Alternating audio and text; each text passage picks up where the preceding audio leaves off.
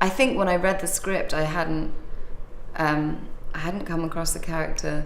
I said this to Joel the other day. I hadn't played or read a character where I had more than 2 lines of dialogue strung together, so that was kind of new.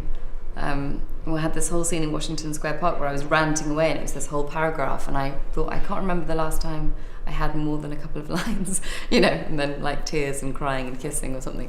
She's just, she's sort of the anti to every character I've played over the last couple of years, and so I just loved how witty she was, and how unkind she was, and brutal, and the writing was so brilliant.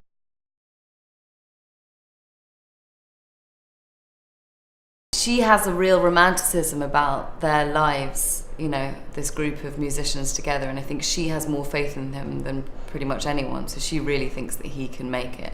And so I think she's sort of upset, she's the most upset at the end when he walks away from the whole thing, because she believes that this group of people can all get somewhere together. And I think she's just constantly annoyed at his inability to sort of reach his potential, or, just his sort of bumbling attitude and his mistakes and his sort of laziness in how he treats people is just irritating to her, because I think she sort of wishes that she could change every single thing about him and make him better.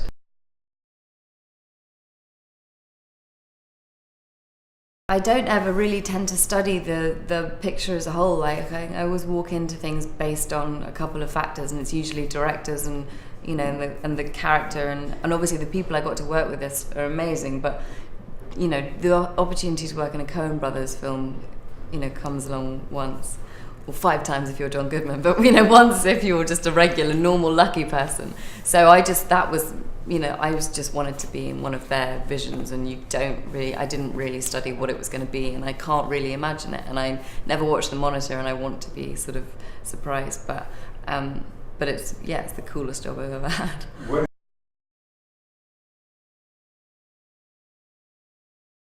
I love it. I love working in New York. I would, if I could do films nowhere else, it would be. I just love it here. The streets. It was so great filming in the Village and filming in Washington Square Park, and all of not having to recreate anything. It was just wonderful.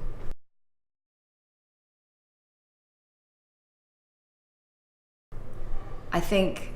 The music in this film is a huge part of it. I think it's going to be, aside from the film, going to be one of those soundtracks that stays in people's lives forever, like Oh Brother.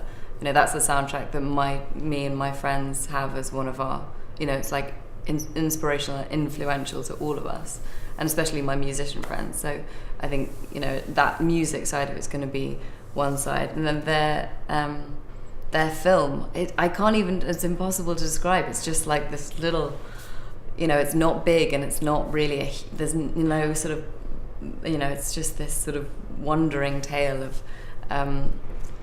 a really sort of empathetic, like kind of delicious character